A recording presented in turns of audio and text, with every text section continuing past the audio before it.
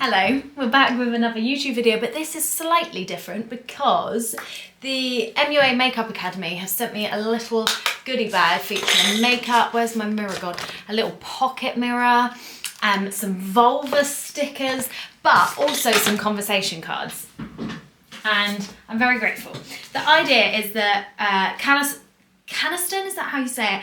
And then the MUA Makeup Academy have come together to try to get the nation talking about intimate health. And as we know, I love that shit.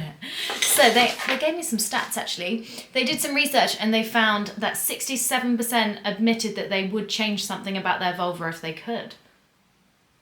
Goodness, what are we changing? 46% of women aged 18 to 24 are worried about the appearance of their vulva.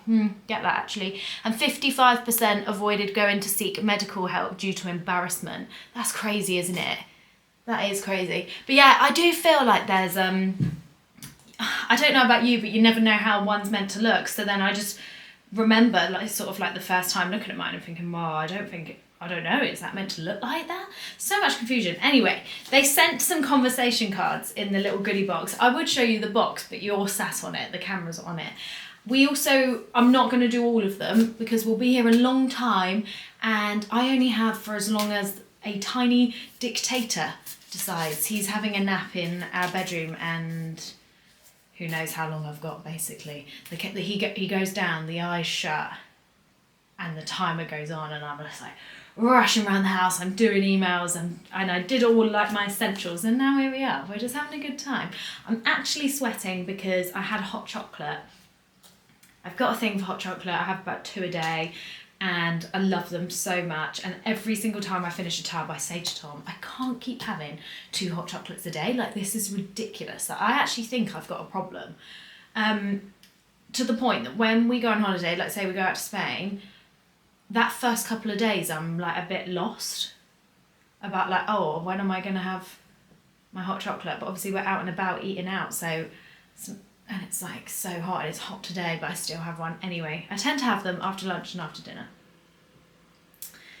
Anyway, so I'm gonna shuffle these and I don't know, how many should we do? 3?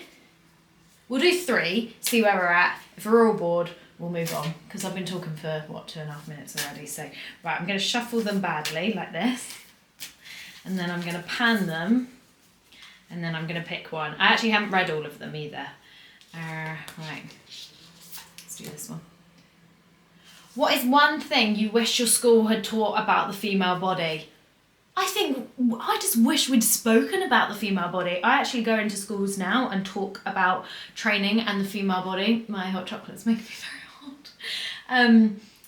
I really do wish we would just talk more about our bodies. I think I never understood the hormone cycle. I think we were taught about, I don't know, it in such a scientific way, not how it affects our bodies. We were taught about bleeding and it was all hush, hush, hush. Yeah, it's actually really empowering. I think if we're taught about how to maybe work with our cycle and monitor our cycles and that, you know, it's okay if you're feeling a little bit flat before your period or, you know, it's common if you feel really bouts of energy at some points of the month and then really low at other points of the month.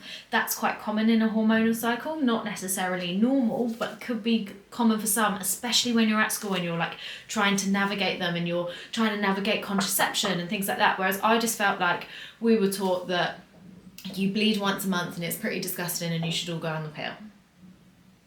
Whereas I think there needs to be a re-education about using our period as our power. Boo. Look at me go. Right, next one. I can't see him, by the way. Not that it's top secret. What do you love most about your body? This one actually makes me feel a lot uncomfortable. That says a lot, doesn't it? What do I love most about my body? Do you know what, actually? It baffles me what it can do. I can't understand how I grew a baby. No, for a start, I can't quite understand how hormones play such a role in us, in our bodies, and what it enables us to do. It enables us to feel like at parts of the month that we can give off senses that make us look a little bit more sexy. Like, what?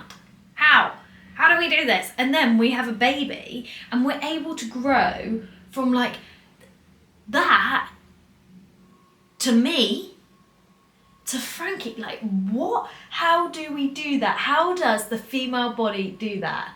That is mental. But then it doesn't just stop there. You then give birth out through a tiny, tiny tunnel, if you like, and then suddenly they're just here. 1 minute I didn't have a baby, and the next minute I had a baby, and it was like a real life human. And I was like, and I remember like when Frankie was born, like to stare, not even, he was like here, laid down in front of me, and I wasn't even staring at him, I was just staring at the water birthing pool thinking like, oh my God, how has my body just done that? So, and then I breastfed and I'm growing him. My boobs are growing him. What? So what do I love most about my body is 100% what it can do. I think that can also trace back into like training. Like, it's pretty cool, isn't it? Like when you learn something. Also the brain. What? How do we learn shit? How do we know stuff? It's just crazy. It like absolutely baffles me. So yeah, hey, that's nice to think that actually I've chosen, and that like genuinely I'd love what my body can do, whereas I think 18-year-old me would have been like, well, I really like, what would she have said? Bum, maybe? Don't really know. Whereas, yeah, I again, it comes back to what I was going to do though, because I was about to say, I also just love the fact of like how my body repaired after birth. Like I feel like, obviously I have good days and bad days and hormonal days and non-hormonal days, but like I feel all right. And I know that's not the same for everyone, but for me, yeah. Anyway, I'm waffling.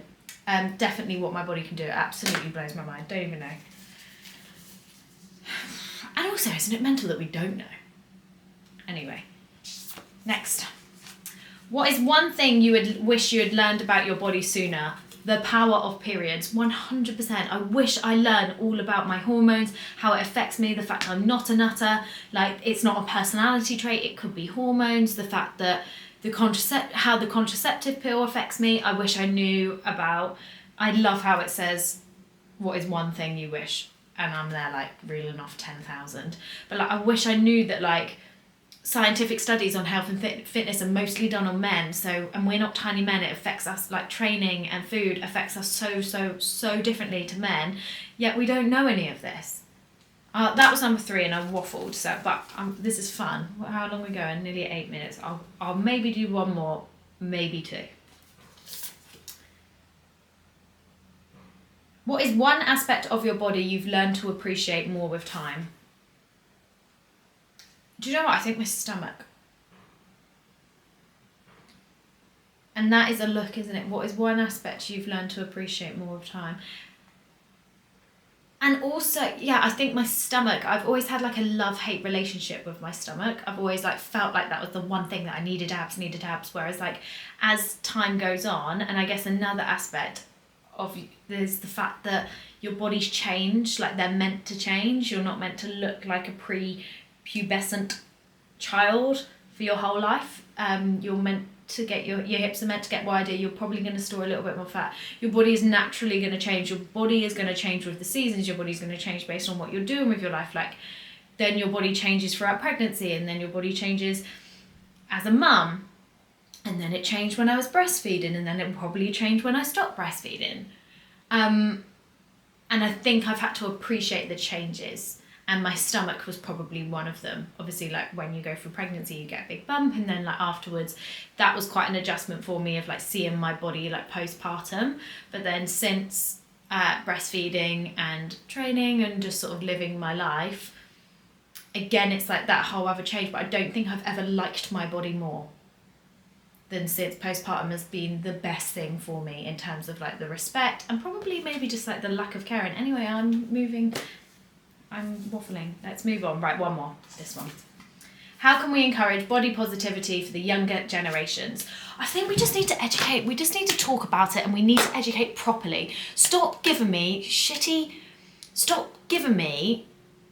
rubbish diagrams in textbooks. That does not empower me to learn about my body. Like, talk to me and make it relatable for me. Talk to me about how, navigating relationships, navigating motivation to exercise or to eat healthy, or never tell me how that's going to affect my body. Tell me how I'm probably, like, maybe my movement and my food choices are probably affecting my mood and my hormones, and teach me, empower me. I don't think we can do that with the current school system. I think there needs to be like an extracurricular like subject with the likes of like me and other people going into schools that sort of tell people and talk to people about the changes that they're going through and how it's really common and things like that. I think that's really, really important to do.